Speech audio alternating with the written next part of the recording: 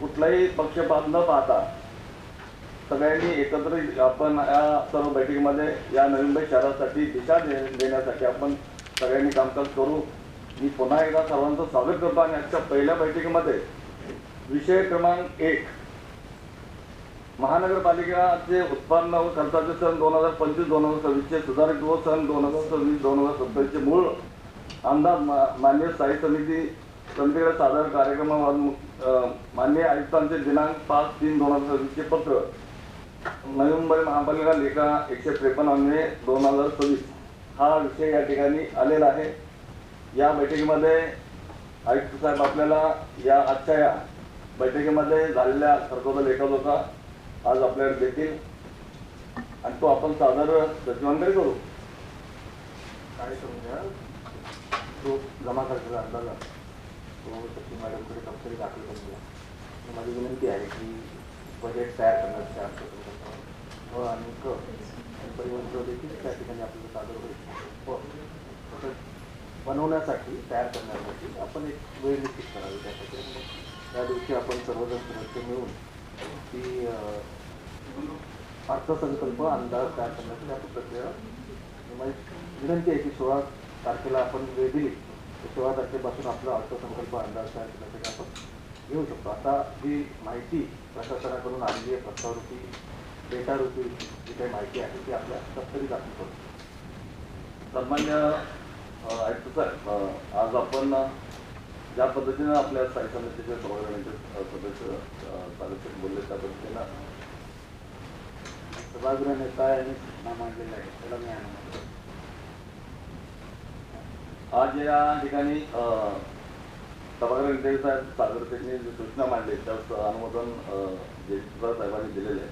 या सूचनेचं मी आयुक्त साहेबांना विनंती करतो की या ठिकाणी जे आपण बजेटमध्ये जे लेखाजोखा केलेलं आहे त्या सर्व लेखाजोखा आपण सचिव मॅडमकडे सादर करावा आणि याच्यानंतर आम्ही सर्व सदस्य आपल्याकडे माहिती घेईल आणि त्या पद्धतीनं आम्ही बजेट या नवी मुंबई शहरासाठी नवी मुंबईच्या हितासाठी ज्या पद्धतीनं आपण या शहराला एक वेगळी चांगली दिशा देतो. आपल्या देशामध्ये टॉप 3 मध्ये आपण या शहराची आपण या ठिकाणी 3 मध्ये नंबर आणतोय आणि या राज्यामध्ये 1 नंबर आणतोय. या सर्व गोष्टीला आपण अधिकृत होण्याकरता आपण एक 16 तारखेची जशी सागरची सूचना केलेली आहे त्या पद्धतीने आपण 16 तारखेला बैठक घेऊ. पूर्ण खात्यामधले जे एक्झिक्युटिव्ह असतील सर्वांबरोबर बैठक घेऊन आपण त्या ठिकाणी अंदाजपत्र तयार करू आणि या ठिकाणी दप्तरी जमा करून घेऊन आजचा विषय या ठिकाणी संपवू. आज दप्तरी आला म्हणजे या ठिकाणी आयुक्तांनी जे जमा खर्च केलेला आहे तो आज आपण या ठिकाणी सादर करून घेऊ आणि सचिवांकडे दप्तरी घेऊ आणि त्याच्यानंतर आपण बैठक लावून आपण सामुदायिक सभे बसू आणि आपण बजेट तयार करू.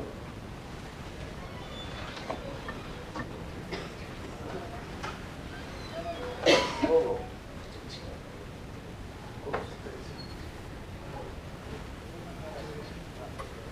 हो तेच करूया ना.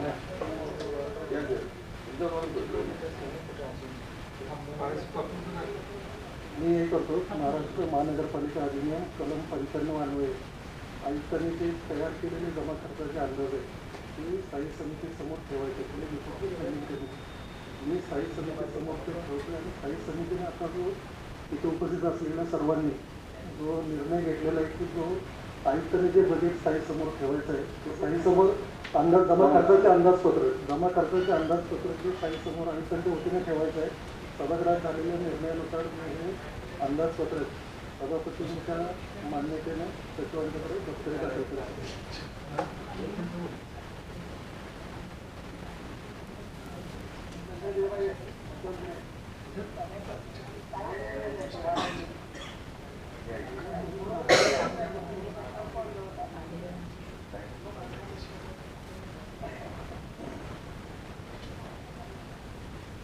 मला बोलायचं स्पष्टीकरण त्या ठिकाणी सर्व त्या ठिकाणी देतो की या ठिकाणी कोणाचे अधिकार आपण त्या ठिकाणी घेत नाही आहोत. ते प्रशासनाचे अधिकार या ठिकाणी आपण घेत नाही आहोत. जे कायद्यान्वये जो लोकशाही दृष्टीने जो स्थायी समितीचा मान सन्मान आहे त्या दृष्टीने आपण ही कारवाई करत आहोत आणि यापुढे देखील आयुक्त म्हणजे आयुक्तांनी जमा खर्चाचे अंदाज, अर्थसंकल्प अंदाज नाही, जमा खर्चाचे अंदाज त्या ठिकाणी आपल्याला डेटा रूपी सादर केले. आता याच्यावरती आपण ते करायचं आणि पुढच्या वर्षी आता मी एक या अनुषंगाने एक सूचना त्या ठिकाणी मांडू इच्छितो की जो सुधारित अर्थसंकल्पाची तरतूद त्या ठिकाणी नाही, फक्त पुढील आर्थिक वर्षासाठी जमा खर्चाचे अंदाज देण्याची तरतूद आहे. तर अर्थसंकल्पामध्ये जो मंजूर आपल्या स्थायी समितीमध्ये राहतो त्याचं लेखाचित्राचं विनियोजन करताना चे अधिकारची मर्यादा या आयुक्त महोदयांना कायद्याने नियमाने दिलेली आहे. त्याचं तंतोतंत पालन यापुढे त्या ठिकाणी झालं पाहिजे.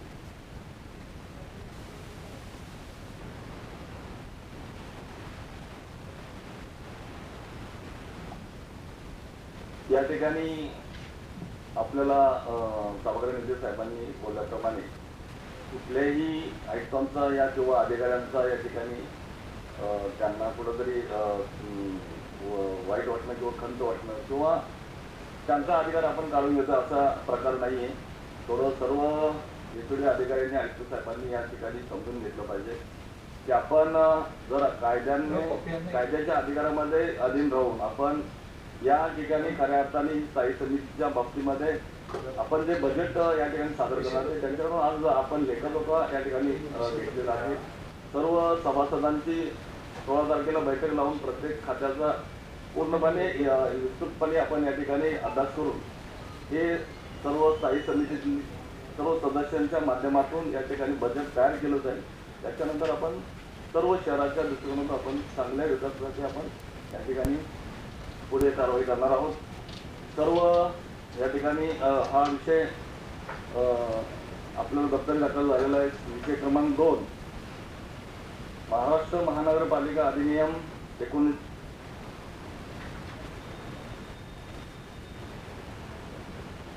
विषय क्रमांक 2 सभागृह नेते साहेब म्हणतील. महाराष्ट्र महानगरपालिका अधिनियम 1949 कलम 465 1 ब ते ल अन्वये नवी महापालिकेचा सेवा विनियम 2026 हा तयार करून मी या ठिकाणी जोडलेला आहे. तो मंजूर करण्याबाबतचा मी ठराव या समितीपुढे मांडत आहे. हॅलो सन्मान्य सभागृह नेते स्थायी समिती सदस्य श्री सागरजी नाईक यांनी प्रस्ताव मांडला, त्याला मी आनंद करतो. पाहिजे बोला. त्या बाबतीत पहिला मी बोलतो, त्याच्यानंतर बोलून नाही मी माहिती देतो पहिला, त्यांना मी माझा ठराव मांडू द्या. माझा आशय वगैरे समजून घ्या सगळ्यांनी.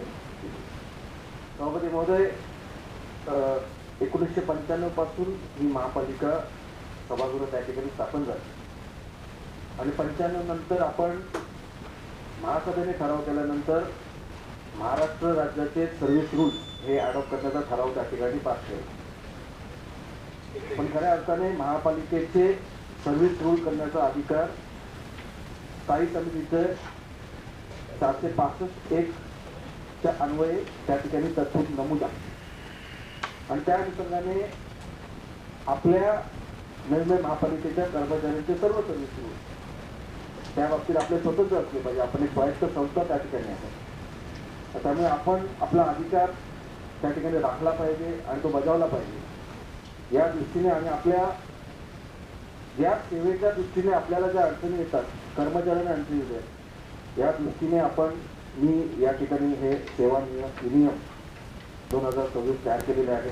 आता हा सभागृहापुढे मांडलेला आहे. तर सभागृह त्या ठिकाणी प्रत्येक सदस्यांनी याचं वाचन केलेलंच होते. तर निश्चितच आपल्या सभागृहाचे देखील यामध्ये मत व्यक्त करून त्याच्यामध्ये काय दुरुस्ती त्या ठिकाणी करू शकतो. प्रशासनाने देखील या बाबतीत आपली भूमिका त्या ठिकाणी स्पष्ट करावी आणि या दृष्टीने यापुढील महानगरपालिकेची सेवा या विनियमाने व्हावी या दृष्टीने आपण हे सेवा विनियम तयार केलेलं आहे.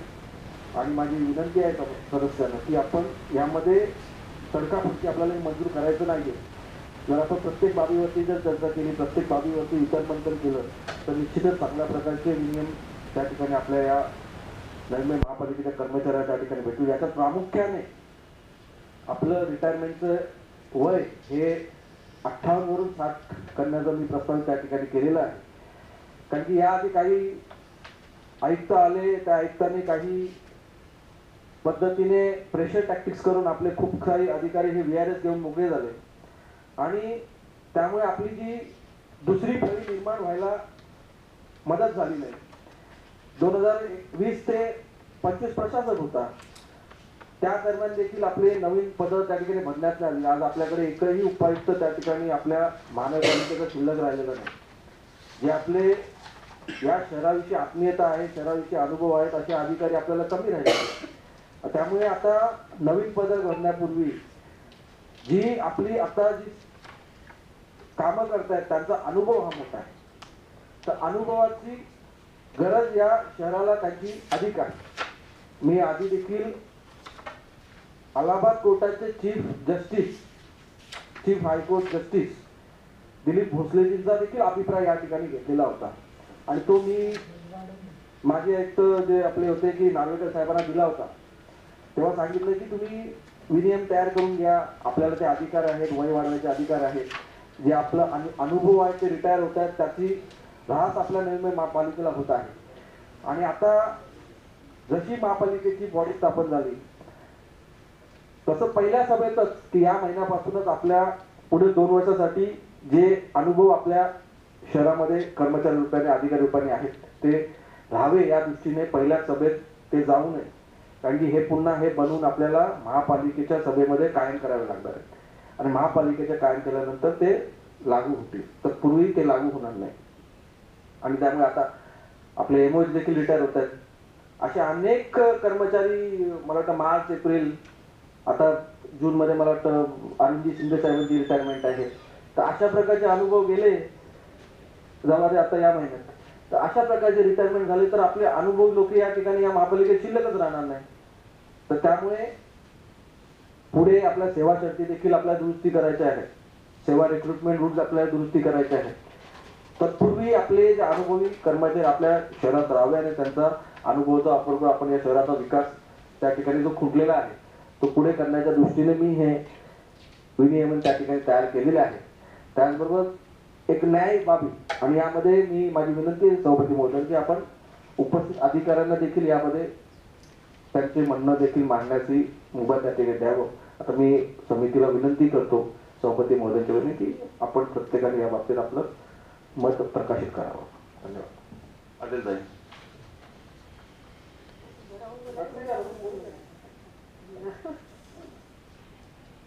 सन्माननीय सभापती, शेतकऱ्याच्या मुलाचं हे म्हणजे सभापतीच्या नेतृत्वाखाली आपलं सगळं सभागृह आहे, त्यामुळे बोलणं तरी सुद्धा आनंद आहे. काय प्रॉब्लेम. धन्यवाद सभापती महोदय, आपले विचार खूप उच्च आहेत आणि खरोखर ते बरं वाटलं मला ऐकून. सन्माननीय सभापती महोदय, उपायुक्त महोदय, सचिव मॅडम, सर्व सन्माननीय सदस्य आणि सर्व अधिकारी वर्ग आणि पत्रकार बंधू भगिनी, खरोखर सभापती महोदय प्रथमतः मी आपले अभिनंदन करते की आपण स्थायी समितीचे सभापती झालात.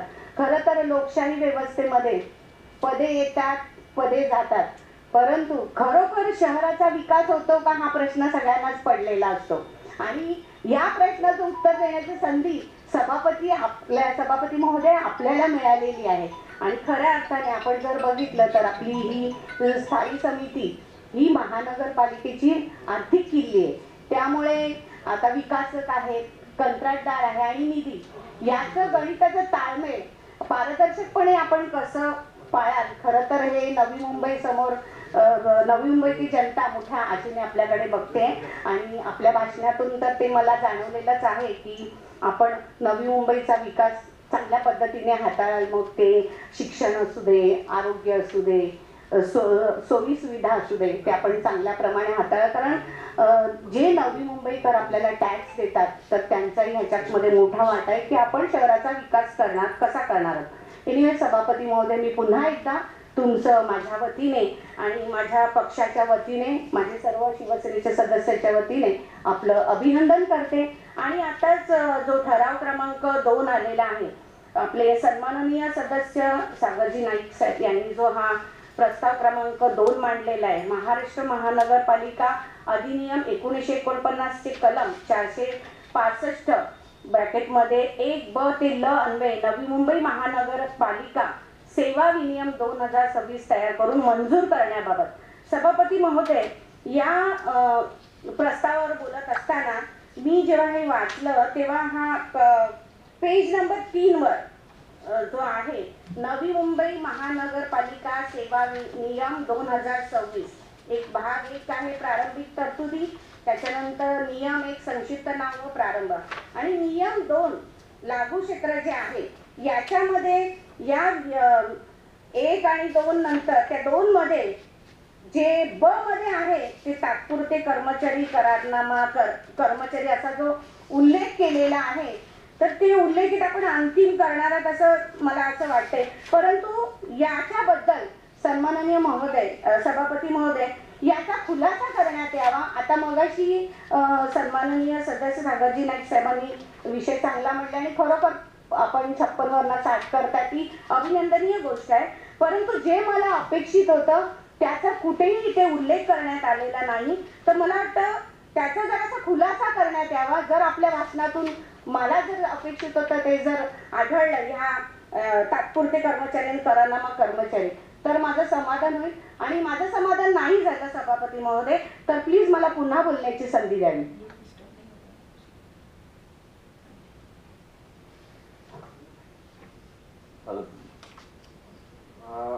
सन्माननीय सभापती महोदय, ऐकताना जरासा खुलासा करू द्या.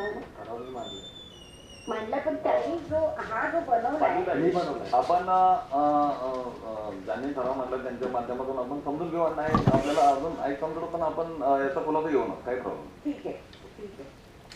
बघा, हे विनियम तयार करण्याचे अधिकार संपूर्ण स्थायी समितीचे आहे. त्यामुळे हे मी सादर केल्यास तर स्थायी समिती फायनल याला स्वरूप देणार आहे. त्यामध्ये तात्पुरते कर्मचारी म्हणजे आपल्या महापालिकेच्या संज्ञेमध्ये तात्पुरते आणि परमनंट अशी वेगवेगळी काही भावना त्या ठिकाणी नाही आहेत. तर त्यामुळे आपल्या तात्पुरते आणि परमनंट या दोघांना समान न्याय देण्याच्या दृष्टीने आपण त्या ठिकाणी करतोय. आता या ठिकाणी विनियमांचं गोष्ट चालली आहे, तर फक्त विनियमाविषयी चर्चा व्हावी अशी माझी सभापतींना त्या ठिकाणी विनंती आहे. या विनियमाच्या बाहेर कुठले विषय त्या ठिकाणी चर्चा करू नये अशी माझी विनंती आहे. पॉइंट ऑफ ऑर्डर सभापती महोदय, मी विनियमाच्या मध्येच बोलते, कारण आपण जो हा टाकलेला आहे तात्पुरते कर्मचारी ऑब्लिक करारनामा कर्मचारी. सभापती महोदय, ही माझी 3rd टर्म आहे सभागृहामध्ये, स्टँडिंग कमिटीमध्ये देखील मी होते. परंतु सभापती महोदय, जेव्हा मी बघत आलेले आहे या महासभेमध्ये किंवा सभागृहामध्ये ठोक मानधन कर्मचारी आणि कंत्राटी कर्मचारी असा उल्लेख प्रत्येक वेळेस होत होता. ठोक मानधनमधले कर्मचारी आणि कंत्राटी कर्मचारी, तर असा कुठेही उल्लेख मला सन्माननीय सदस्य सागरजी नाईक साहेब आपल्या भाषणातून आढळलेला नाहीये किंवा ते कुठे लिहिलेलं नाही. तर माझी विनंती असेल सन्माननीय सभापती महोदय की याच्यामध्ये कंत्राटी कर्मचारी आणि ठोक मानधनारे कर्मचारी असा याचा उल्लेख करण्यात यावा. कारण आता तुम्ही बघत आले आतापर्यंत जे कर्मचारी काम करतात ते सगळे ठोक मानधनावर काम करतात, कंत्राटी पद्धतीवर काम करतात. आपण बघतोय की अत्यंत तुटपुंच्या पगारामध्ये सभापती महोदय ते काम करतात, 20-20 हजार रुपयामध्ये ते काम करतात. आता त्यांची घरं झाली, त्यांचे लग्न झाले, काही काहींचे तर लग्न पण होत नाही सन्माननीय सभापती महोदय.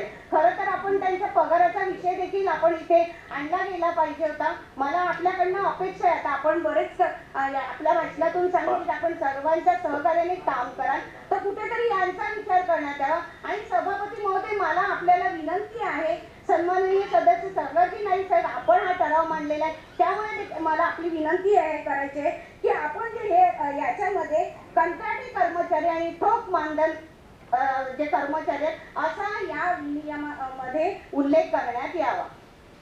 सन्मान्य पाटील, आपल्याला एक विनंती आहे. आज आपला हा जो विषय आहे हा आज फक्त सेवा विनियम 2026 आपण हा तयार करतोय. याच्यामध्ये पुन्हा आपल्याला सर्व जे तात्पुरते ठेकेदार किंवा कर्मचारी जे आहेत त्यांच्यासाठी आपल्याला प्रत्येकाला त्या संदर्भामध्ये प्रत्येकाला काळजी आहे की प्रत्येक कर्मचाऱ्याचं वेतन वाढलं पाहिजे, कर्मचाऱ्याचं त्या कुटुंब चाललं पाहिजे. हे सगळे आपण सर्वजण त्यांच्या सोबत आहोत. परंतु असा हा विषय हा सेवा विनिमयांचा आहे. त्यामुळं या ठिकाणी आपण आपलं म्हणणं अगदी रास्त आहे, परंतु या संदर्भामध्ये सविस्तर आपल्याला माहिती मिळेल. मग ह्याचा कुठेतरी आपला उल्लेख करण्यात येणार आहे का सभापती महोदय? बोलतो. सरस पाटील मॅडमनी मुद्दा उपस्थित केला. मी ठोक मानधनी आपल्या संज्ञा म्हणजे ती करारनामा कर्मचारीच हे ठोक मानधनवाले आहे. अच्छा, म्हणजे तुम्ही हे करारनामावाले ठोक कर्मचारी आहेत हे आपण मान्य करताय. सभापती महोदय हे आपण साहेब मान्य करतात आणि त्यांचा म्हणजे त्यांचा तरी कुठेतरी उल्लेख होतोय या प्रस्तावामध्ये. तर तिथे तसं न करता आपण ठोक मानधनावर कर्मचारी कंत्राटी कर्मचारी केला तरी मला काय हरकत नाही. कंत्राटी कर्मचारी हे या संज्ञेत येत नाही. कंत्राटी कर्मचारी हे कॉन्ट्रॅक्ट बेस्ड कर्मचारी असतात. ते या विनियमाच्या अंतर्गत येणार नाही. नियम तुम्ही त्याच्यामध्ये उल्लेख केला तर ती लोक पण आपले आभार मानतील. आपण नंतर येताना कुठेतरी या प्रस्तावामध्ये ते नमूद केले जातील. आपल्याला कायदा ती ताकद देत नाही, अधिकार देत नाही. कायदा आपल्याला तात्पुरते कर्मचारी, करारनामा कर्मचारी आणि आपले परमनंट कर्मचारी एवढ्याच क्षेत्रापर्यंत त्या ठिकाणी सीमित करतो. कॉन्ट्रॅक्ट कर्मचाऱ्यांचा असे नियमन नाही. आपण कॉन्ट्रॅक्ट टर्म्स अँड कंडिशन मध्ये आपण विशिष्ट पद्धतीने त्यांची सोय करू शकतो. पण या विनियमन खाली आपण कंत्राटी कामगारांचं त्या ठिकाणी विनिमय करू शकत नाही. त्यांचं वेगळ्या पद्धतीने करता येईल, ते वेगळ्या पद्धतीने सादर करू. आपण कधी करणार आहात साहेब? या आपली ही पहिली स्थायी समिती सभा, आपली सभा आता संपन्न होत आहे आणि मला आपल्याकडनं अपेक्षा आहे सभापती महोदय, आपण आत्ताच म्हणालात तर ह्या ठोक मानधन कंत्राटी कामगारांचा कुठेतरी विचार करण्यात यावा. याच्यामध्ये आपण करण्यात यावं की जेणेकरून आजची ही सभा पहिली सभा असणार आहे त्यांना देखील ठोक मानधन कर्मचारी आहेत आणि बाकीचे जे कंत्राटी कर्मचारी त्यांना देखील आनंद होईल. आपण तर त्यांचा पगार जो वाढीव प्रस्ताव आहे पगाराबद्दल तो आणणारच आहात. आता सदस्य सन्माननीय सदस्य म्हणाले आणि मला देखील आनंद आहे त्याबद्दल. परंतु त्यांचाही कुठेतरी याचा उल्लेख करण्यात यावा की आपण नेक्स्ट प्रस्ताव आणणार आहात का त्यांच्या ह्याच्या त्याबद्दल त्याचाही खुलासा करण्यात यावा सभापती महोदय. सगळ्यांच्या भावना आपल्या तीव्र आहेत त्या बाबतीत की ठोक मानधनवाल्यांच्या आणि लोकनेते गणेशजी नाईक साहेबांच्या देखील भावना त्या ठिकाणी तीव्र आहे. आणि या दृष्टीने आपण लवकरात लवकर स्थायी समितीस या बाबतीत स्थायी समितीचे कर्मचारी, लेखा विभागाचे कर्मचारी या दृष्टीने आपण निर्णय घेऊ. परमनंटसाठी जे आपले आयुक्तांच्या अंतर असतील त्याविषयी आयुक्त प्रशासनाला आपण त्या ठिकाणी. पण आता या ठिकाणी ही घाई होती, कुठलीही 60 वर्ष करण्याची घाई होती आपल्याला, म्हणून हा आपण त्या ठिकाणी तो प्रस्ताव आणला. साहेब ते देखील आपले कर्मचारी कंत्राटी कामगार ठोक मानधन त्याच्यासाठी आपण घाई करणं अतिशय महत्वाचं होतं. आणि आज खरोखर त्यांनी आपल्याबद्दल चांगले उद्गार काढले असते की आपण त्यांचा विचार करतो तर हे कंत्राटी कामगार आज आपल्याला एवढे पुरस्कार मिळाले हे कोणामुळे मिळाले? कंत्राटी कामगार आणि ठोक मानधनामुळे मिळाले. आपण त्यांचा पगार वाढीचा तर प्रस्ताव आणला नाही पण कुठेतरी याच्यामध्ये देखील त्यांना समाविष्ट करण्यात यावं ही माझी भावना आहे. आपण माझी भावना समजून घ्यावी सभापती महोदय, सन्माननीय सदस्य सागाजी नाईक साहेब, आपण देखील ही भावना त्यांची समजून घ्यावी. 20,000 रुपयामध्ये ते काम करतायत. आज त्यांच्या मुलांचं शिक्षण कसं करणार आहेत? काही जणांची लग्न होत नाहीत, काही जणांचं घरवाढीमुळे त्यांना भाडं तेवढं होत आहे. सदस्य पाटील आपल्याला साहेब मी माझ्या भावना म्हणते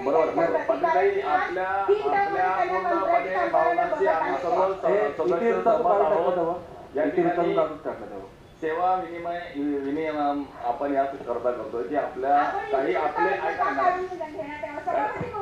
जर आम्हाला बोलण्याचा अधिकार नसेल, आम्ही मांडू शकत नसेल तर मग कशाला स्टँडिंग कमिटीला बसायचं? आम्ही इतिवृत्तातून काढून घेण्याचा अधिकार आपल्याला आहे. सन्माननीय सदस्य का म्हणतात असं? मी काय माझ्यासाठी म्हणते, माझ्या घरासाठी म्हणते. मी जे बोलते ते मला मिनिट्स मध्ये सगळं नमूद झालं पाहिजे. आपण सन्मान्य या सभेला मी निषेध करते. या मी निषेध करते. मी कोणासाठी बोलते? कंत्राटी कामगार, ठोक मानधन. आपण या अधिकाऱ्यांचे मी अभिनंदन करते. आपण सन्मान्य 2 मिनिटं बसा. पाटील 2 मिनिटं बसा. पाटील ही पहिली सभा आहे तुमची. पाटील 2 मिनिटं 2 बसा. पाटील 2 मिनिटं आम्हाला उग्र लोक आमच्याकडे येतात. 20,000 मध्ये काय काम करत? जर तुम्ही या विनयामध्ये जर त्यांना उल्लेखित केला आपण आपण तळमळीनं कामगारांकरता बोलताय. 2 मिनिटं बसून घ्या पाटील, ते 2 मिनिटं बसा प्लीज. जरा पाटील बसा, 2 मिनिटं बसा. या ठिकाणी मी छोटीशी भावना व्यक्त केली साहेब की त्यांचा आपण उल्लेख ठोक मानधन कर्मचारी आणि कंत्राटी कर्मचारी यांचा उल्लेख करावा याच्यामध्ये. मला इथे कुठेही दिसला नाही, म्हणून माझी आपली छोटीशी भावना मी व्यक्त केली. पाटील ताई आपली तळमळ समस्या 2 मिनिटं प्लीज. आम्ही जे बोलतो ते मिनिट्स मध्ये नमूद झालं पाहिजे. या ठिकाणी आपल्याला माहित आहे की खऱ्या अर्थाने आदरणीय गणेशजी नाईक साहेबांचं सुद्धा या ठिकाणी धोरण आहे की ठोक कामगार कंत्राटी कामगारांना न्याय मिळाला पाहिजे. परंतु आज आपण या संदर्भामध्ये आपण जे विषयावरती आपण विषय घेतलाय, तुमची तळमळ नक्कीच लक्षात घेता या सर्व गोष्टीचा विचार केला जाईल, करतोय आपण. परंतु आजच्या या विषयामध्ये पाटील ताई आपण आपलं म्हणणं नाकारलं नाही. आम्ही आपलं म्हणणं आपण या ठिकाणी घेतलं जाईल, परंतु सर्व कामगारांना आपण न्याय देण्यासाठीच आपण या ठिकाणी ही कमिटी आहे. आणि आपल्याला आपलं म्हणणं लक्षात घेता, आपली तळमळ लक्षात घेता आपल्या विषयाचा विचार गांभीर्याने केला जाईल. आणि आज प्रशासनाला आयुक्त साहेब आपण जरा विषय जरा थोडक्यात माहिती देईल. या विषयासंदर्भात संपूर्ण खुलासा करण्यात यावा साहेब मला.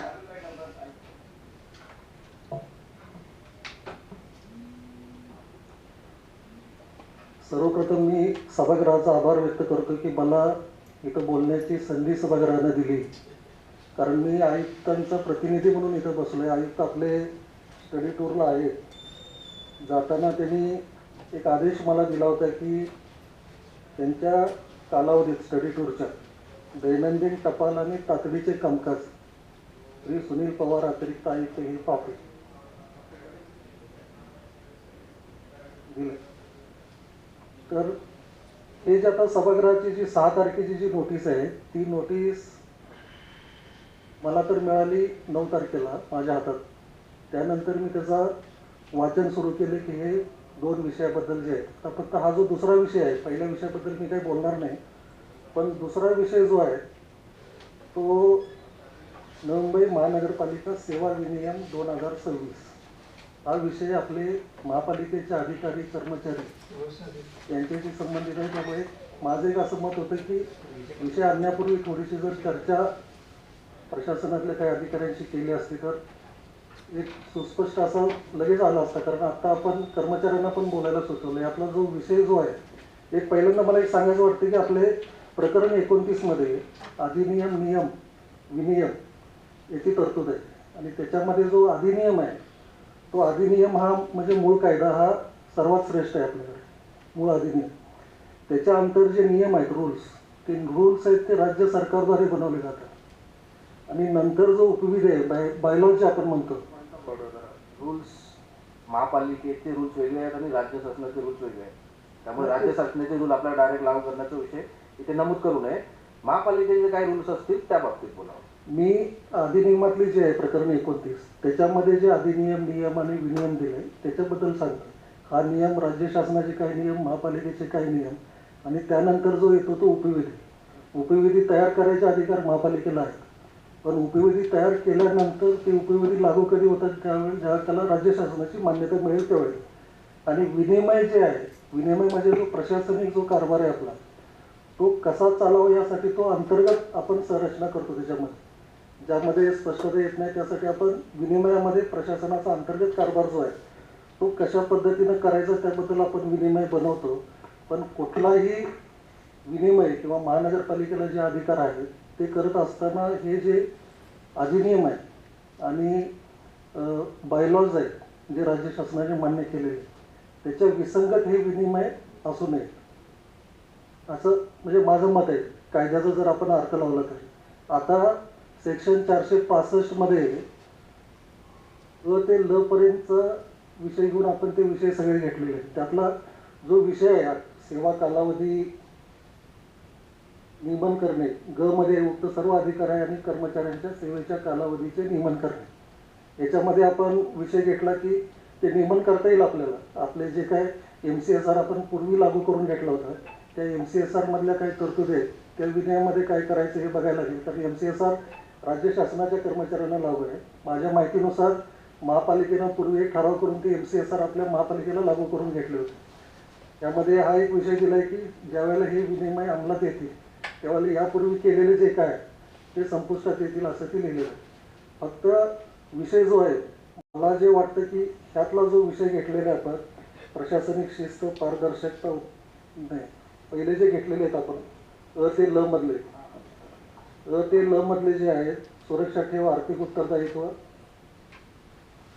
सुरक्षा ठेव आणि आर्थिक उत्तरदायित्व, ज्या वेळेला फक्त मी हा आत्तापर्यंत जर बघितला पण, आता मी पण बऱ्याच नगरपालिका महापालिकेतून आलो, पण कोणत्या महापालिकेनं त्यांचे स्वतःचे सेवा विनियम तयार केलेले नाहीत असं माझ्या निदर्शनास आलं. अजून थोडी मला BMCची फक्त माहिती घ्यायची राहिलेली आहे. तर त्याच्यामध्ये म्हणून म्हणतो की मला 9 तारखेला मिळालं, त्याच्यावर अजून पुरेसा अभ्यास किंवा तरतुदी अजून काही नाहीत. पण सुरक्षा ठेव आणि आर्थिक उत्तरदायित्व याचा अर्थ मी असा लावलेला आहे की हे कामकाज करत असताना ज्यांना अधिकार दिलेले आहेत, ज्या अधिकाऱ्यांना, आयुक्तांनी, त्याच्यामध्ये तिने एक सुरक्षा ठेव आणि रक्कम निर्धारणमध्ये 50 लाखापर्यंत वार्षिक व्यवहार ज्या अधिकाऱ्यांच्याकडे असतील त्याच्याकडून 50,000ची रक्कम आपण जमा करून घेणार आहे. तो नॅशनल कशा पद्धतीने राष्ट्रीयकृत बँकेचा हमीपत्र किंवा मुदत ठेव पावती, 50 लाख ते 2 कोटीपर्यंत जे ज्यांना अधिकार आहेत ते 1 लाख रुपये आणि 2 कोटीपेक्षा जास्त 2 लाख रुपये.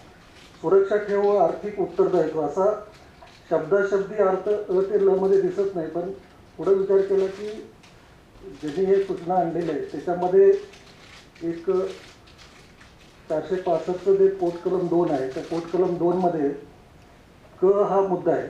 त्याच्यामध्ये लिहिलेलं आहे की लेखा परीक्षकाचे अधिकार आणि अशा खर्चाबाबत घेतलेल्या आक्षेपांची मिटवणूक करण्याच्या बाबतीत अनुसरायची कार्यपद्धती.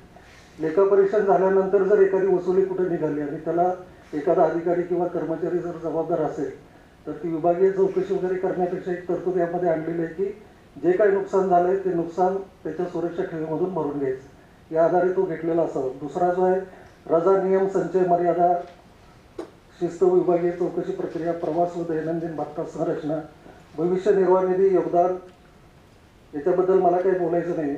दुसरा जो आहे तो आचारसंहिता व हितसंबंध संघर्ष नियंत्रण, याच्यामध्ये शब्दाशब्द अर्थ ते ल किंवा पोट कलम 1-2 मध्ये नाही आहे, परंतु हा जो घेतलेला आहे आचारसंहिता त्याच्यामध्ये सर्व मी म्हणतो माझा अगोदर त्याच्यामधला जो ल आहे त्या लचा आधार घेऊन त्यांनी हा विषय घेतलेला असावा. आचारसंहिता व हितसंबंध संघर्ष नियंत्रण सर्व उक्त अधिकाऱ्यांच्या आणि कर्मचाऱ्यांच्या सेवेच्या अन्य कोणत्याही शर्ती विहित करते. म्हणजे प्रशासनिक अधिकारी असेल तर त्याची नैतिक वर्तन किंवा बाकीचे ज्या शिस्त वगैरे काय आहेत त्या लचा आधार घेऊन केला असावा. बाकीच्याबद्दल मला जास्त काही बोलायचं नाही. पण सेवा कालावधी आणि निवृत्तीचं वय जे 60 वर्ष आहे त्याच्याबद्दल 465 कलम 1च्या ग मध्ये उक्त सर्व अधिकाऱ्यांना आणि कर्मचाऱ्यांच्या सेवेच्या कालावधीचे नियमन करणे हा स्पष्ट दिलेला आहे. सेवेच्या कालावधीचे नियमन करणे, त्याच्या खाली उपखंड आहे. उक्त अधिकाऱ्यांना आणि कर्मचाऱ्यांना किंवा त्यांच्यापैकी कोणालाही सेवानिवृत्तीनंतर किंवा सेवेतून मुक्त झाल्यावर पहिलं जे आपण MCSR नुसार जे ठरवलं किंवा राज्य शासनाने जे आदेश काढले ते सेवानिवृत्तीचं वय 58 वर्ष केलेलं आहे. केंद्र शासनाचे जे IAS आहेत ते वगळून त्यांचं 60 वर्ष आहे. म्हणजे सेवानिवृत्तीचा उल्लेख ह मध्ये आहे आणि त्याचमध्ये 465चं पोट कलम 3 जे आहे त्या पोट कलम 3 जर आपण वाचलं, पोट कलम 1 अन्वये किंवा पोट कलम 2 खंड अ जो आहे तो फक्त ठरवायचा आहे की माणसांनी ज्या इमारतीत राहतात ती योग्य आहे का नाही त्याच्याबद्दलचा आहे. त्याचा इथं उल्लेख येत नाही. पण पोट कलम 1 अन्वये केलेला कोणताही विनिमय महानगरपालिकेकडून कायम करण्यात येईपर्यंत आणि जर तो पोट कलम 1 खंड ह, मला असं वाटतं की तो पोट कलम 1 खंड ह अन्वये आपण सेवा कालावधीचं नियमन आणि वय वाढवतो. पोट कलम 1 खंड ह अन्वय केला असेल तर तो महानगरपालिकेशिवाय, महानगरपालिका तर त्याला पुष्टी देईल, महानगरपालिकेशिवाय आणि त्यात परत अधिनियमात सुधारणा केली की राज्य शासनाकडून कायम करण्यात येईपर्यंत अंमलात येता कामा नये. म्हणजे वय वर्ष 60 जरी करायचा आपण निर्णय घेतला तरी त्याला राज्य शासनाची मान्यता घ्यावी लागेल असं माझं मत आहे. आणि दुसरं, जे कर्मचारी सेवानिवृत्त होत आहेत 58 वर्षानंतर तर त्या कर्मचाऱ्यांचं पण मत काय आहे. एखाद्याला जर सेवानिवृत्त व्हायचंच असेल तर त्याच्यावर जबरदस्ती 60 वर्षाची किंवा त्याची जर इच्छा असेल की मला नाही 60 वर्षापर्यंत मला आत्ताच जायचं आहे, ते पण करायला लागेल. पण हे जे सेवा विनियम जे आहेत ते राज्य शासनाचे अधिनियम आणि बायलॉज याच्या विसंगत असता कामा नये. हे माझं पॉईंट ऑफ ऑर्डर घेतो मी. पॉईंट ऑफ ऑर्डर हरकत घेतो की no regulation under subsection 1 or under section clause A of subsection 2 shall be effect until it has been confirmed by the corporate, and if made under clause H, only H, not G, of subsection 1 until it has in addition been confirmed by state government. H मी याच्यामध्ये H चा उल्लेख केलाच नाहीये. H कलमानुसार मी काहीच नियम त्या ठिकाणी टाकलेले नाहीये. G नुसार रिटायरमेंट एजचं टाकलेलं आहे. G साठी राज्य शासनाच्या मंजुरी आवश्यकता नाही. क्लिअर कट लिहिलेलं आहे फक्त if made under clause H. आपण रिटायरमेंट एज त्यांचं duration of regulation off period हे सबसेक्शन जी नुसार केलेलं आहे, एच नुसार नाही. त्यामुळे या ठिकाणी मी रिटायर्ड चीफ जस्टिसचा देखील अभिप्राय घेतलेला आहे. त्या ठिकाणी चीफ जस्टिस त्यांनी देखील सांगितले की महापालिकेला स्वतंत्र त्या ठिकाणी अधिकार आहे. जर कोणाला राहायचं नसेल, रिटायरमेंट घ्यायचं असेल तर त्यांनी VRS घेण्याची त्यांना सुविधा उपलब्ध आहे. त्यांनी VRS घ्यावी आणि जावं. पण जर कोणाला महापालिकेची सेवा ही करण्याची अधिक 2 वर्ष आपल्या महापालिकेचा फायदा होत असेल तर का नाही. आज आपल्या महापालिकेचे कर्मचारीच राहिले नाही. महापालिकेचा हा UD डिपार्टमेंटचा भाग झाल्यासारखं आपला व्हायला लागलेला आहे. फक्त याचा खुलासा करावा जरा की माझं चुकीचं जे H राज्य शासनाकडे पाठवायला लागेल हे त्यांनी नमूद केलेलं आहे, त्याचा जरा खुलासा करावा जरा. 465G आणि 465H, ह्या 465G आणि 465H याचा आपण अर्थ लावतोय. तुम्ही जो प्रस्ताव घेतलेला आहे तो 465G नुसार घेतलेला आहे, हे मला मान्य आहे. उक्त सर्व अधिकाऱ्यांना आणि कर्मचाऱ्यांच्या सेवेच्या कालावधीचे नियमन करणे हे तुम्ही घेतलंय तो बरोबर आहे. पण H काय म्हणतोय की उक्त अधिकाऱ्यांना म्हणजे वरच्या G मधल्या वरच्याच उक्त अधिकाऱ्यांना आणि कर्मचाऱ्यांना किंवा त्यांच्यापैकी कोणालाही सेवानिवृत्तीनंतर आणि पुढे जे सगळे दिलेले सेवानिवृत्तीचं वय जर शासनानं 58 ठेवलेलं असेल आणि जर आपण 60 करू तर त्याला त्याची मंजुरी घ्यायला लागेल. आणि याच्याबद्दल सेक्शन GH अधिनियमातल्या तरतुदी आणि त्याचा अर्थ काय वेगवेगळे काय असतील कायदेतज्ञ ते प्रत्येकजण वेगवेगळे काढणार. तुम्हाला ते दिलीप भोसलेंचे अभिप्राय घेतल्यानंतर ते वाटले, मला वेगळे वाटते, आणखीन कुणाला वेगळे वाटतील. म्हणजे ह्यातनं कायद्याचा अर्थ आपल्याला काढायला लागेल की आपल्याला महापालिकेला 58चं वय 60 करता येतं का. क्लिअर कट G आणि H वेगवेगळे क्लॉज ठेवलेले आहेत. फक्त H क्लॉज साठी H रीड विथ G अशा प्रकारचं कुठेही म्हटलेलं नाहीये. H हा सेपरेट क्लॉज आहे. प्रत्येक पहिला A, अ, ब, क, ड, ग असे वेगवेगळे क्लॉज आहेत. त्याला महापालिकेने कन्फर्म करावं. फक्त H क्लॉज जर कुठलाही पेन्शनच्या रिलेटेड कुठलाही विषय असेल तो राज्य शासनाकडून मंजूर करून घ्यावा अशा प्रकारचं नमूद आहे. या ठिकाणी हा पूर्णपणे स्थायी समितीचा अधिकार आहे. स्थायी समिती बनवणार आहे, महापालिका कायम करणार आहे. या ठिकाणी प्रशासनाचा त्या ठिकाणी रोल नाही. जेव्हा विनियम ही स्थायी समिती बनवेल त्या दिवशी ज्याला कोणाला चॅलेंज करायचं असेल त्याने कोर्टात जाऊन चॅलेंज करावा. पण त्या ठिकाणी या महापालिका या विनियमानुसार दिलेल्या अधिकाराच्या अन्वयेच त्या ठिकाणी पुढे कारभार त्या ठिकाणी केलं पाहिजे. फक्त आता पॉइंट ऑफ ऑर्डर. सन्माननीय सदस्य आता म्हणतात सागरजी नाईक साहेब, आज जो हा विधी नियम आणलेला आहे आपला, तर सन्माननीय उपायुक्त सन्माननीय आयुक्ताच्या जागेवर बसलेले आहेत. आयुक्त महोदय, आपण या आज स्थायी समितीमध्ये आयुक्त म्हणून बसलेला आपण या प्रस्तावाला आपण होकार देणार आहात का?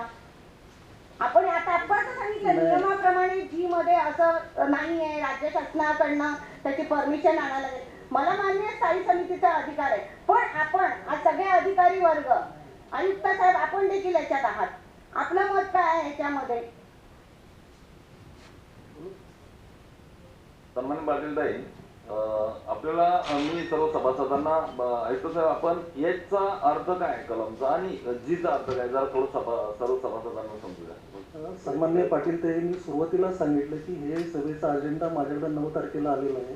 त्याचा पुरेपूर अभ्यास मला करायला लागेल. आत्ताच्या सभेमध्ये मी जो काही 2 दिवसात वाचन केलं किंवा अभ्यास केला त्याच्यावरून मी माझं मत मांडलेलं आहे की आता जो मुद्दा आलेला आहे की G आणि Hचा आणि Hचा अर्थ या सभागृहात जी आणि याचा अर्थ हा 10 मिनिटात सुटण्यासारखा नाही येतो. सभागृह तुम्ही जे म्हणलं मला आयुक्त म्हणून तुम्ही होकार देणार आहात का नाही, होकार किंवा नकाराचा प्रश्नच नाही. फक्त हे करत असताना कशा पद्धतीनं तो ठराव होतो आणि काय होतं यानंतर याचा पुरेसा अभ्यास, जसं सागर नाईक साहेबांनी दिलीप भोसले साहेबांचं मार्गदर्शन घेतलं तसं आम्हाला पण तिथे विचारायला लागेल. नाहीतर कोण जर कोर्टात गेलं किंवा राज्य शासन पण आम्हाला राज्य शासनाकडं ठीक आहे मंजुरीसाठी नाही किंवा ही अशी तरतूद केलेली आहे ती तर कळवायला लागेल. कारण शेवटी महापालिका जरी स्वायत्त संस्था असली तरी महापालिकेवर नियंत्रण ठेवण्याचे अधिकार पण राज्य शासनाकडे आहेत असं माझं मत आहे. त्यामुळे ह्या सभागृहात आत्ता हा अभ्यासासाठी आपल्या पुढे ठेवलेला आहे. त्याच्यानंतर जे काही अंतिम होईल, अंतिम झाल्यानंतर आम्ही याचा अभ्यास करू आणि ह्यातल्या ज्या काही तरतुदी लागू होत आहेत असं आम्हाला वाटतं, ज्या नियमाशी उपविधीशी सुसंगत आहे आणि त्याच्याबद्दल आम्हाला काही अडचण नाही, पण त्या आम्हाला वाटतं असं की त्या सुसंगत दिसत नाही तर त्या बाबतीत आम्हाला राज्य शासनाचं मार्गदर्शन घ्यायला लागेल. आपण जरा अतिरिक्त आयुक्तमहोदयांनी जरा खुलासा करावा की हे प्रशासन या अधिनियमाच्या अंतर्गत चालेल, हे मार्गदर्शन मागायला जातात शासनाकडे, कुठल्या अंतर्गत कुठल्या कलमा अंतर्गत ते नगरविकास खात्याला किंवा राज्य शासनाला मार्गदर्शन मागतात, तो जरा सेक्शन नमूद करावा बरं. सेक्शन बद्दल मी सांगेन परत, पण ज्या वेळेला शासनाचे अधिकारी म्हणून इथं आम्ही येऊन बसतो, ज्या वेळेला आम्हाला शंका येते कुठल्याबद्दल त्यावेळेला शासन आमचं वरिष्ठ असल्यामुळे आम्ही शासनाला मार्गदर्शन मागतो. गौरी महोदय, इथे काम करणाऱ्या प्रत्येक डेप्युटेशन ऑफिसरला मला सांगणं आहे आपल्या माध्यमातून, कमिशनर जरी शासनाने पाठवला असला तरी कमिशनर हे शासनाचे प्रतिनिधी नाही किंवा कुठलाही डेप्युटेशन कर्मचारी शासनाचे प्रतिनिधी नाही. ते जेव्हा इथे डेप्युट होतात तेव्हा महापालिकेचे कर्मचारी होतात, appointed by government, not representative of government. या ठिकाणी कायद्यामध्ये त्यांनी या अधिनियमाच्या कामासाठी, अधिनियमाच्या तरतुदीसाठी काम केलं पाहिजे, ना की शासनासाठी काम केलं पाहिजे.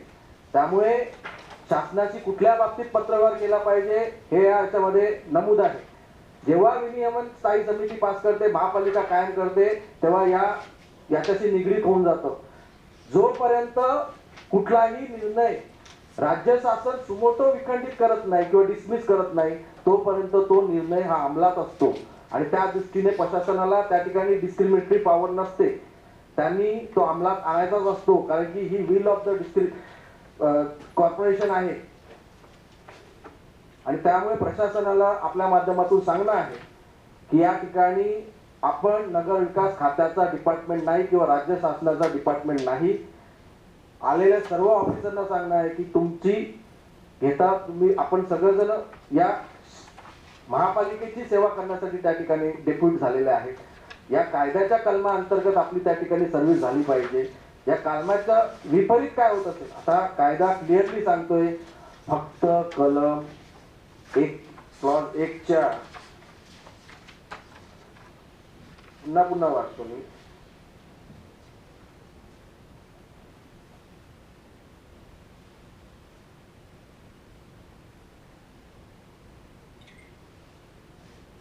If made under clause H are separate आहे. If made under clause H of subsection 1 until it has in addition been confirmed by the state government. No regulation under subsection 1 म्हणजे सर्व subsection 1 मधले सर्व subsection shall have effect until it has been confirmed by the corporation. And if made under clause H, फक्त H, त्यामुळे या ठिकाणी आपण आता तर लागू होणार नाही पास केल्यानंतर, पण निश्चितच तो महासभेपुढे जाईल. महासभेपुढे कायम केल्यानंतर तो या ठिकाणी लागू होईल आणि लागू तो झालाच पाहिजे. या ठिकाणी याची नोंद ऑडिटरनी देखील, ऑडिटर आहे का आपले, ऑडिटर का नाही, ऑडिटर कुठे,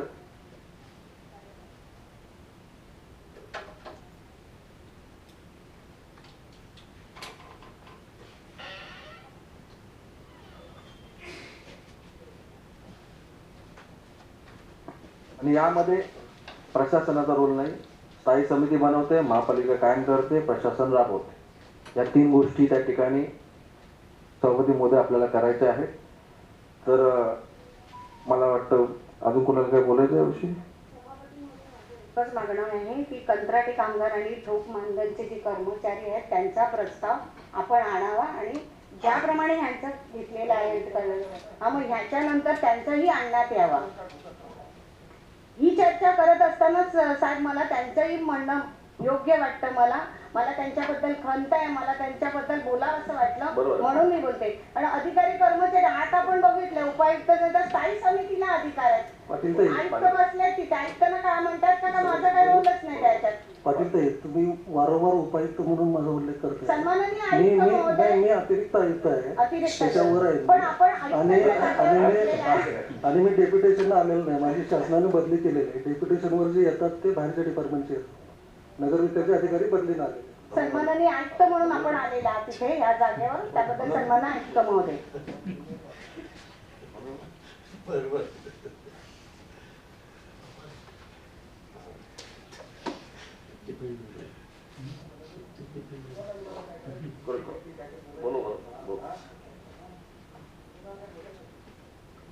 उदाहरण तीच होती माझी त्यांची. सुद्धा याच्यात येऊ शकत नाही.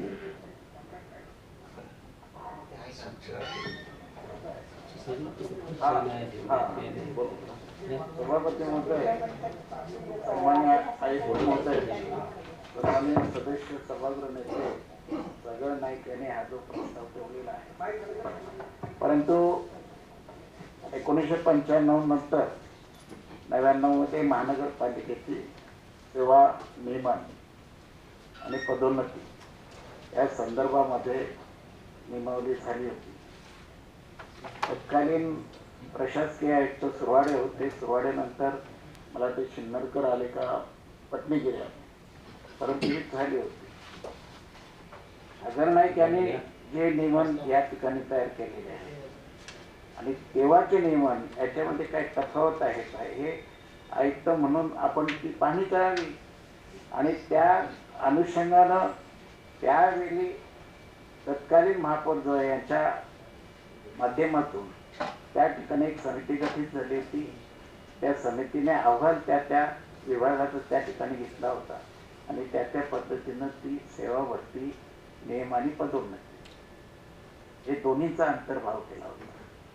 राज्य शासनाने सुद्धा त्याला मंजुरी दिलेली आहे की नाही ही माहिती नाही, परंतु त्याची आता माहिती अवगत करावी आणि सभागृह नेत्यांनी जो या ठिकाणी प्रस्ताव ठेवलेला आहे त्याच्यामध्ये ह्याच्यामध्ये साम्य काय आहे, काय गोष्टी होऊ शकतात, काय व्यतिरिक्त त्याचा अवलोकन करावं अशा पद्धतीने विनंती राहील. या ठिकाणी सभापती महोदय, रेड्डी साहेबांनी विषय सांगितला की आता म्हणजे तुमचा सन्मान राखूनच आहे.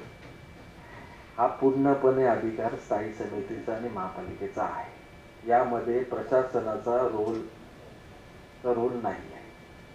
स्थायी समिती बनवते, महापालिका कायम करते आणि प्रशासन अंमलात आणते. यापूर्वी जे आपण सेवा नियम केले होते आपण, रिक्रुटमेंट रूल्स वेगळे आहेत. रिक्रुटमेंट रूल्सचा कलम वेगळा आहे.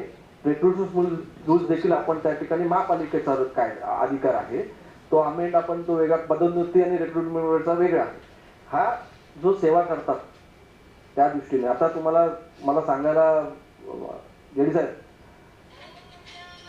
सहाय्यक आयुक्त पदाच्या खालची अर्हता ठरवण्याचा अधिकार देखील या कलमामध्ये त्या ठिकाणी दिलेला आहे. ते देखील रिक्रुटमेंट ते आता पण ते चेंज करायला लागतील आपल्याला की ते बघून या रूल्स प्रमाणे आपल्याला करायला लागतील. आता थोडी कमांड आपल्याला घ्यायला लागेल काय महापालिकेची.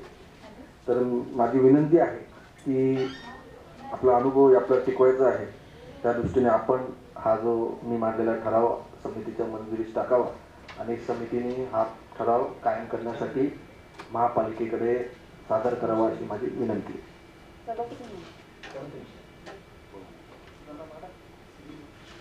सन्माननीय सभापती महोदय, सन्माननीय आयुक्त साहेब, सर्व सदस्य आणि त्याचबरोबरीने सर्व अधिकारी वर्ग आणि पत्रकार वर्ग, आज खऱ्या अर्थानं हा जो प्रस्ताव या ठिकाणी आलेला आहे, मला असं वाटतं की आपली महानगरपालिका उत्तम आणि उत्तम कशी चालेल या अनुषंगाने हा या ठिकाणी प्रस्ताव आणलेला आहे.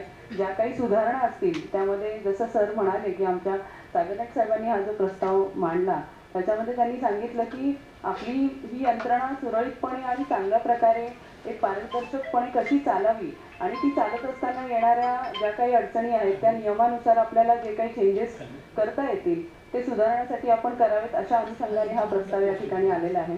आणि मला असं वाटतं चर्चा करून त्याच्यामध्ये ज्या काही सुधारणा आहेत त्या ॲड करून आपण तो पास होणार हा प्रस्ताव आणि अधिकाऱ्यांनाही त्याच्यामधून चांगलंच काहीतरी मिळेल असं आम्ही या ठिकाणी मानतोय. त्यामध्ये सर महिलांसाठी जो एक प्रस्ताव म्हणजे रजेचा जो प्रस्ताव आहे महिलांच्या प्रसूतीची रजा जी आहे पेज नंबर 9 वरती हा प्रस्ताव आलेला आहे.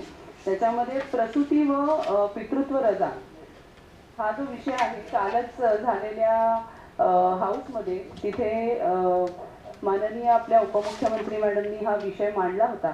तर तशाच प्रकारे मी इथे हे सुचवू इच्छिते की महिला कर्मचाऱ्यांना 180 दिवस प्रसूती रजा मंजूर होईल अशा प्रकारचा इथे प्रस्तावामध्ये नमूद आहे. तर 9 नंबर पेज 6 महिन्याची रजा आहे तर ती 1 वर्षाची करावी याकरता कालच तो प्रस्ताव शासनाकडे आलेला आहे. तर तशा प्रकारे आपल्याकडेही, कारण महिला म्हणून आम्ही जे या समाजामध्ये काम करत असताना लहान मुलं त्याचबरोबरीने बाकीच्या जबाबदाऱ्या एकत्रितपणे हँडल करत असताना हा विषय आमच्या अगदी जिव्हाळ्याचा विषय आहे आणि मला असं वाटतं की हा विषय या विषयाची तुम्ही सर्वांनीही कळकळीने विचार करत तो तिथे 1 वर्षाच्या रजेचा प्रस्ताव मंजूर करा. ना 180 ना 365 मध्ये कुठेतरी भेटत. येस तर पण 6 महिन्यापेक्षा ती जास्त असावी. 9 महिने चालेल. तर या ठिकाणी ही जी रजा आहे ती 6 महिन्याऐवजी 9 महिन्याची करावी अशा प्रकारची सभापतीमध्ये विनंती करत आहे. सुधारणा मांडत आहे. तर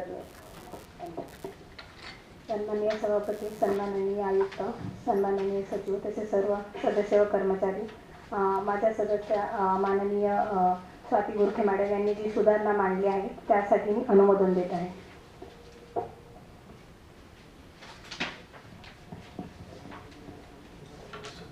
या ठिकाणी सभासदांपैकी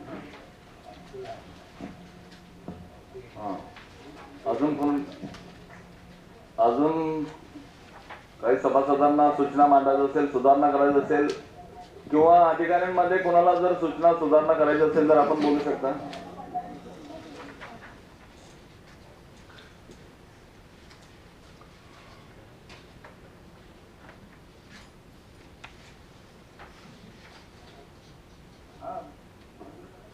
ज्या ठिकाणी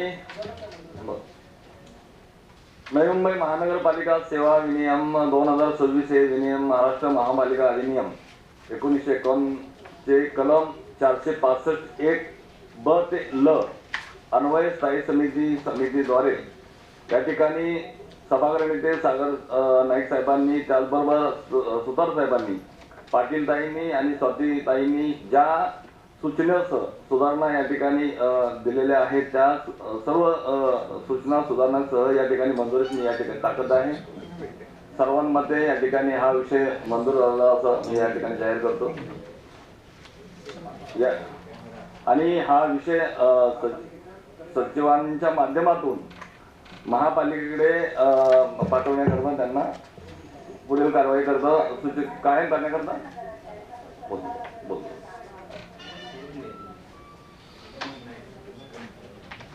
सुधार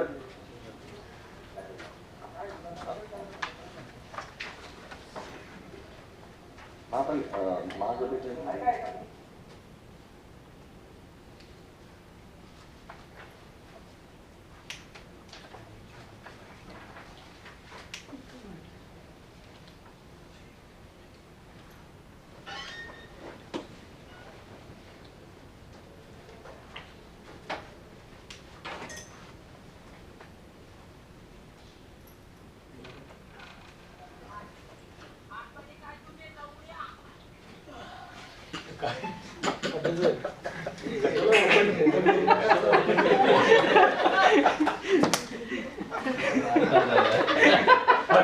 मला वाटलं बजेट मधून आवाज आला का काय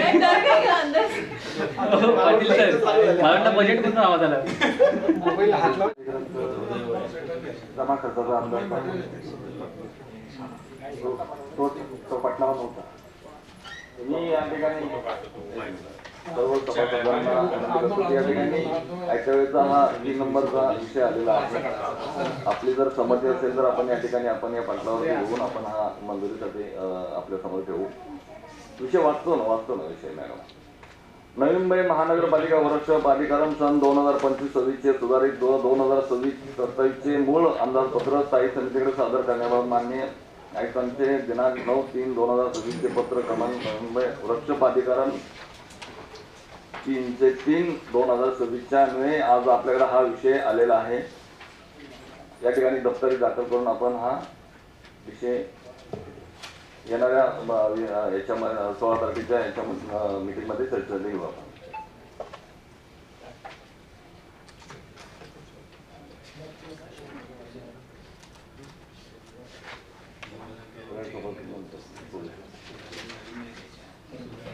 आजच्या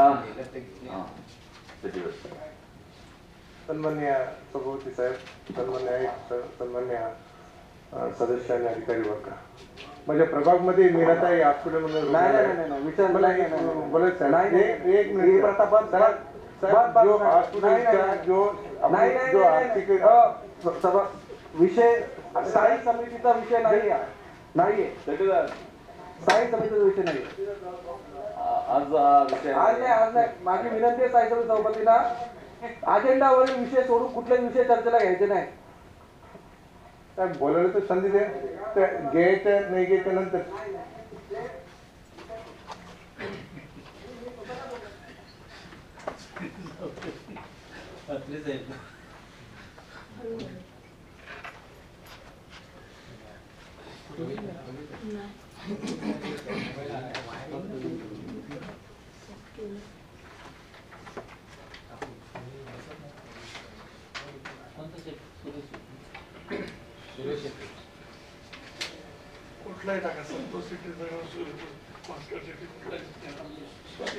आजच्या सर्वांच्या या ठिकाणी संमतीनुसार आजच्या बैठकीमध्ये सर्व सभासदांचं पुन्हा एकदा आजच्या स्वागत करू. ही बैठक सर्वांच्या सहमतीनुसार या ठिकाणी संपली अशी जाहीर करतो आपण सगळ्यांनी.